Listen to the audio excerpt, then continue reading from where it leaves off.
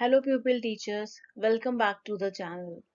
In today's video, we are going to talk about the reflective level of teaching, which is the most advanced and intellectually engaging stage in the teaching learning process. If you are a student or an educator or a teacher or just curious about how deep learning actually happens, so you are in the right place. Reflective teaching or reflective level of teaching is all about developing higher level of thinking abilities. Learners are not just absorbing or understanding the information here, but they are analyzing, evaluating, questioning, and solving their problems on their own. They are not dependent on any outer or external motivation at this level. It is the level where students become thinkers and merely they are not just the learners. This approach also encourages independent reasoning, logical decision making, and critical thinking. Out of the three levels of teaching, it is the higher or the highest level of teaching where students just do not merely repeat or revise or answer the questions as asked for. They are trying to critically examine any idea or any thought or any content in the light of testing evidences which supports it and further conclusions towards which it points. Student basically tries to find out the conclusions on their own. They pay serious attention to any thought and try to present the content in their designated manner, and the thought of repetition and revision or rote learning or merely understanding any concept does not exist here. Reflective level teaching जो है ये सिर्फ memorisation पे depend नहीं करता, ये understanding पे भी डिपेंड नहीं करता है, या ये सिर्फ एप्लीकेशन तक ही डिलिमिट नहीं है. Whereas it demands the use of higher mental cognitive abilities like reasoning, thinking, analysing concepts, imagination, any thought और आइडिया. बच्चे या स्टूडेंट्स या लर्नर्स जो हैं यहाँ पर सिर्फ अपने आप को डीलिमिट नहीं कर रहे हैं कि मुझे ये सीखना है, समझना है या एक पर्टिकुलर कॉन्सेप्ट को मुझे अप्लाई करना है. रादर वो रीजंस ढूंढने की कोशिश करते हैं, वो चीज़ों को, कॉन्सेप्ट्स को अच्छे से एनालाइज करते हैं. इमेजिनेशन पावर उनकी इतनी स्ट्रांग हो जाती है कि वो किसी भी आइडिया और थॉट को शेपिंग और रीशेपिंग करके कन्वर्ट कर सकते हैं. Elements of reflective level of teaching. If we talk about the objectives, the very important objective of this level of teaching is to develop insight. हम बच्चे को ये नहीं कह रहे कि जो मैं दे रही हूँ एज ए टीचर आप उसे समझिए, लीजिए और एज इट इज याद कर लो या उसे समझने की कोशिश करो. नहीं, rather I am providing them a problem जहां पर बच्चा जो है खुद सॉल्यूशंस को फाइंड आउट कर रहा है अपने एक्सपीरियंसेस के बेसिस पे. उसने आज तक जो नॉलेज गेन की, आज तक जो इंफॉर्मेशन वो लेता रहा या जहाँ से भी उसने इंफॉर्मेशन सीखी, सो उन सारी चीज़ों के बेसिस पे जो लर्नर है वो अपनी इंसाइट को डेवलप करता है by solving the problem on their own. Second objective is to develop rational and critical thinking. हर चीज को रैशनली, लॉजिकली अप्लाई करके देखना, क्रिटिकली सोचना, क्या इसके पॉजिटिव पॉइंट्स हो सकते हैं, क्या नेगेटिव पॉइंट्स हो सकते हैं, क्या इसकी सिग्निफिकेंस है जो मुझे आगे चलकर हेल्प कर सकती है, या क्या इसके डीमेरिट्स हो सकते हैं जो मुझे एज ए लर्नर बिगिनिंग से ही अपने माइंड में रखने चाहिए, सो दैट जब मैं एंड तक पहुंचूं किसी भी कॉन्सेप्ट के तो मेरे पास एक सॉल्यूशन साथ में हो. Third objective is to develop the ability of independent thinking and decision making. हम रिफ्लेक्टिव लेवल को इसलिए भी हाईएस्ट लेवल बोलते हैं क्योंकि यहाँ पर बच्चे में वो एबिलिटी आ जाती है कि वो इंडिपेंडेंटली अपनी चीज़ों पे वर्कआउट करे, अपने कंटेंट को, अपने प्रोजेक्ट्स को, अपने आइडिया को लेकर जो भी डिसीजन उसे लेना है वो इंडिपेंडेंटली ले. वो ये ना सोचे कि मेरा टीचर मुझे कोई सोल्यूशन देगा या मेरे फ्रेंड्स मुझे कोई सोल्यूशन देंगे या मेरे पेरेंट्स मुझे कोई सोल्यूशन देंगे. नहीं, मुझे सोल्यूशंस खुद फाइंड आउट करने हैं और मुझे किसी के भी डिसीजन को अपना डिसीजन कन्वर्ट करने की ज़रूरत नहीं है. मैं जो चाहूँ अपने कंटेंट से रिलेटेड डिसीजन इस लेवल पर ले सकता हूँ.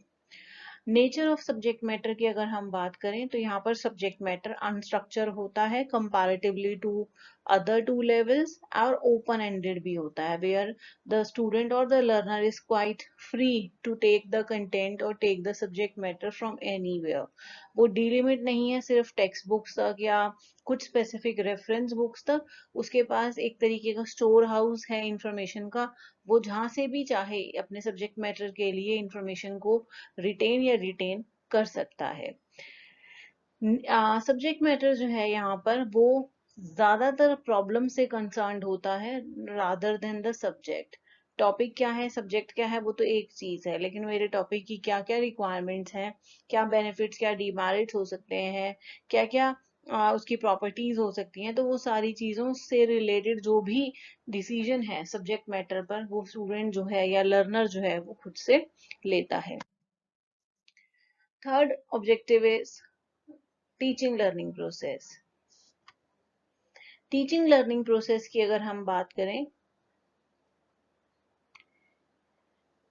तो टीचिंग लर्निंग प्रोसेस यहाँ पे काफी डायनामिक और यूनिक होता है। क्यों होता है? क्योंकि यहाँ पर टीचर जो है वो अथॉरिटेटिव रोल में है ही नहीं। टीचर यहाँ डोमिनेट नहीं कर रहा है, टीचर यहाँ पे बहुत ज्यादा एक्टिव नहीं है। यहाँ पे जो एक्टिव चीज हमें देखने को मिलेगी वो स्टूडेंट के पार्ट पर या लर्नर के पार्ट पर ज्यादा देखने को मिलेगी। So teaching learning process quite dynamic और यूनिक है यहाँ पर, क्योंकि हम सिर्फ प्रॉब्लमेटिक सिचुएशंस को दे रहे हैं लर्नर को, और बच्चा जो है कुछ प्रोसीजर्स या कुछ स्टेप्स को फॉलो करते हुए अपनी प्रॉब्लम्स का सॉल्यूशन खुद फाइंड आउट कर रहा है। कौन कौन से मेथड हम इस लेवल में यूज कर सकते हैं? प्रॉब्लम सॉल्विंग मेथड बहुत इफेक्टिव मेथड है ये इस लेवल के लिए, और हम कह सकते हैं कि इस लेवल पे जो हमारी टीचिंग है वो मैक्सिमम इसी मेथड के अराउंड ही रोटेट करती है। Then investigating projects, heuristic method, experiential और experimental learning, inquiry oriented method और एनालिटिक मेथड। ये सारे वो मेथड्स हैं जो बच्चों में reasoning, logics, critical thinking, problem solving abilities या डिसीजन मेकिंग एबिलिटीज को डेवलप करेंगे। जहाँ पे बच्चा एक्सपेरिमेंट भी खुद कर रहा है, एक्सपेरिमेंट से जो रिजल्ट जनरेट हो रहे हैं उनको भी खुद चॉक आउट कर रहा है, उनके इन्फ्लुएंसेस भी खुद ड्रॉ कर रहा है। सो बहुत सारी चीजें हैं जो इस मेथड के थ्रू बच्चा प्रैक्टिकली सीख सकता है। Nature of motivation totally intrinsic होगा, यहाँ पे एक्सटर्नल मोटिवेशन काम नहीं आएगा, as we talked about it earlier कि यहाँ पर एक्सटर्नल मोटिवेशन का कोई रोल ही नहीं है। यहाँ पर बच्चा खुद से मोटिवेटेड होगा, self motivation will be there कि हाँ मुझे ये चीज करनी है, ये मेरा प्रोजेक्ट है या ये मेरा टास्क है या ये मेरा असाइनमेंट है जो मुझे कंप्लीट करना है। इवैल्यूएशन सिस्टम भी हमारा हमारी सिर्फ हायर ऑर्डर कॉग्निटिव एबिलिटीज को ही टेस्ट करेगा, जैसे रीजंस फाइंड आउट करना, justify this statement, verify this statement और क्लैरिफाई दिस स्टेटमेंट।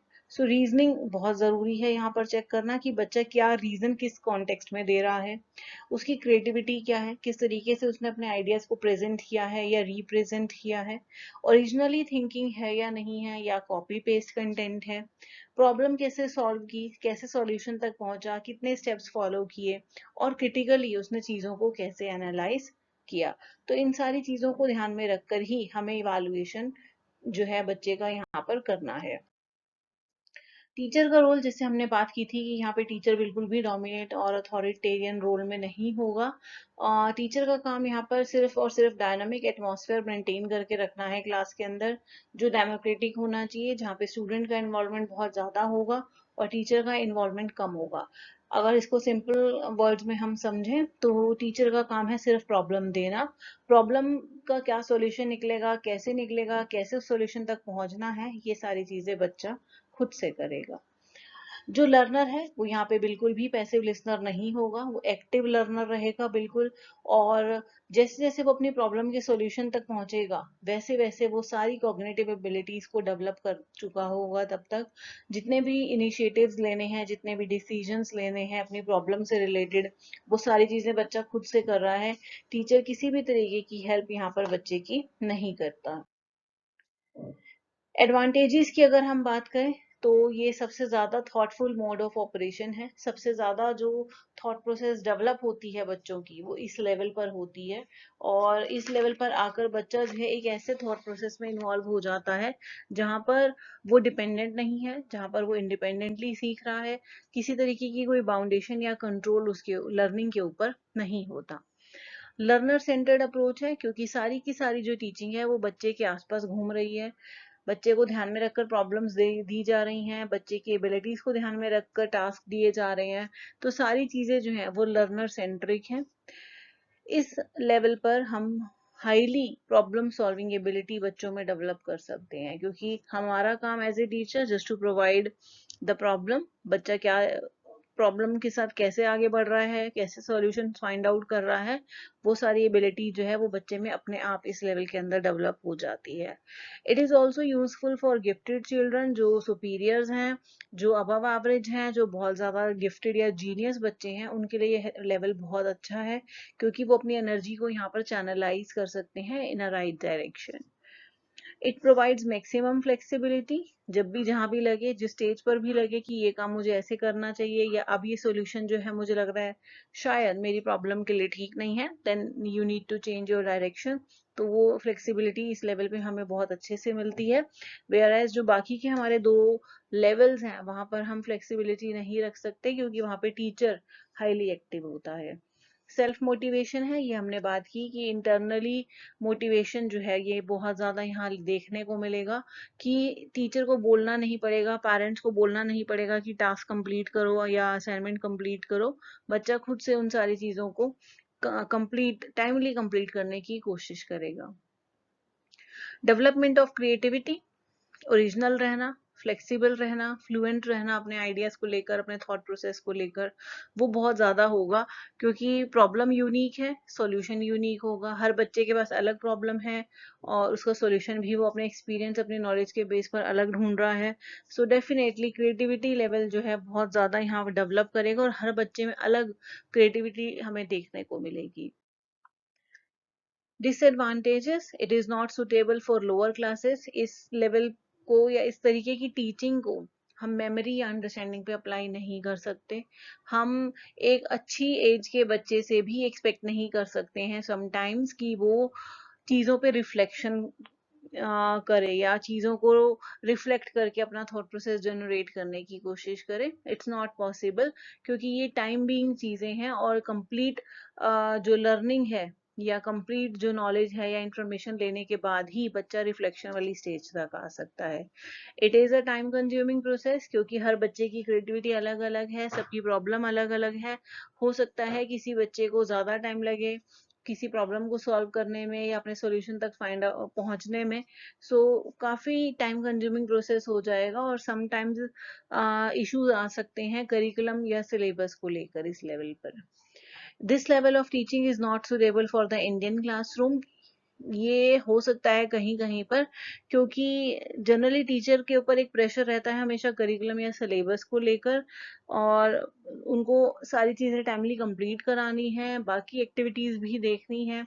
तो कहीं कहीं ये हो सकता है, क्योंकि ये टाइम कंज्यूमिंग है, तो इंडियन क्लासरूम में या इंडियन सेटअप्स में बहुत पॉजिटिवली जो टीचर्स हैं इस लेवल को नहीं यूज कर पाते हैं, क्योंकि हमेशा एक एक्स्ट्रा बर्डन वो इसको फील करते हैं। It is not applicable for dull students, yes, क्योंकि ये सिर्फ जीनियस बच्चों को हेल्प कर रहा है। जो डल बच्चा है वो स्पून फीडिंग में, रोट लर्निंग में, या थोड़ा बहुत अपनी समझ के बेस पर चीजों को करने में ज्यादा बिलीव करेगा, रादर देन वो अपना कोई पॉइंट ऑफ व्यू जनरेट करने की कोशिश करे। And there will be an excess burden to the teacher, जो हमने ऊपर बात भी की, क्योंकि टीचर्स ये फील करते हैं कि हमारे ऊपर एक्स्ट्रा बर्डन हो जाएगा, प्रॉब्लम्स अलग अलग बच्चे को अलग अलग देना, फिर उनके प्रोजेक्ट्स को चेक करना। तो ये थोड़ा सा उनके लिए लगता है कि ये प्रॉब्लमेटिक है, ये एक्स्ट्रा बर्डन है जो हमारी रेगुलर फंक्शनिंग में अफेक्ट कर सकता है। We do not learn from experience, we learn from reflecting on experience. So reflection basically is not about कि हम अपने एक्सपीरियंस से सीख रहे हैं, नहीं, एक्सपीरियंस तो है लेकिन हमने उस एक्सपीरियंस पे क्या टेक लिया, कैसे उस एक्सपीरियंस का फ्रूटफुल और पॉजिटिव यूज किया, वो ज्यादा अच्छे तरीके से जो रिफ्लेक्शन है वो हमें सिखाता है.